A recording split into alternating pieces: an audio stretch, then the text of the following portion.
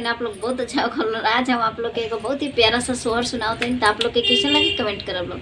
हमरे भाई है नंदे लाल हो चलिया नदिया, हमरे नंदे लाल हो चलिया नदिया, पीतल के पलना नाला नाना नदिया, पीतल के पलना नाला नाना नदिया, हमरे सोने के रिवाज हो चलिया नदिया, हमरे भाई है नंदे लाल हो चलिया नदिया, पीतल के चंदा नाला नाना नदिया, पीतल के चंदा नाला नाना नदिया, हमरे चांदी के रिवाज हो लेते आना नदिया, हमरे चांदी के रिवाज हो लेते आना नदिया, हमरे भाई है नंदे लाल हो चलिया